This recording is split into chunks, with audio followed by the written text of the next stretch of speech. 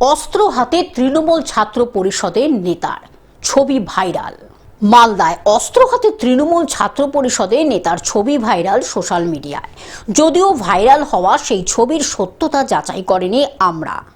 মালদার শামসি কলেজে তৃণমূল ছাত্র পরিষদের প্রাক্তন ইউনিট প্রেসিডেন্ট শেখ রিজাজুলের ছবি সোশ্যাল মিডিয়ায় ভাইরাল হতেই চাঞ্চল্য। গোটা ঘটনায় শুরু হয়েছে রাজনৈতিক চাপানোত্তর। ঘটনা খতিয়ে দেখছে পুলিশ। শামসি কলেজের ইউনিটের তৃণমূল কংগ্রেসের প্রেসিডেন্ট শেখ রেজাউলকে গতকাল আমরা ডিজিটাল মিডিয়ায় বিভিন্ন জায়গায় দেখেছি যে হাতে আগ্নেয়াস্ত্র নিয়ে ঘুরে বেড়াচ্ছে।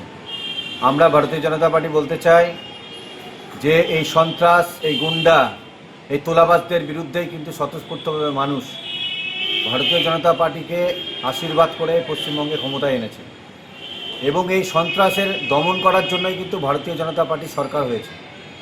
আমরা এই শেখ রেজাউলের মতো এই তৃণমূল কংগ্রেসের তোলা গুন্ডাদের বিরুদ্ধে ভারতীয় জনতা পার্টি বলতে চাই যে ইতিমধ্যেই পশ্চিমবঙ্গে গুন্ডা দমন আইন কিন্তু লাগু হয়েছে। ইনারা মূর্খের স্বর্গরাজ্যে বাস করছে, ইনারা সংবিধান জানেন না, তাই এই আইন সম্বন্ধে ওয়াকিবহাল নয়।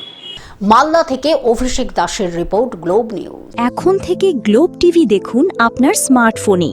গুগল প্লে স্টোর থেকে অথবা অ্যাপল প্লে স্টোর থেকে ডাউনলোড করুন গ্লোব টিভি লাইভ অ্যাপ। এছাড়াও জিও টিভি অ্যাপ থেকে দেখুন গ্লোব টিভি লাইভ।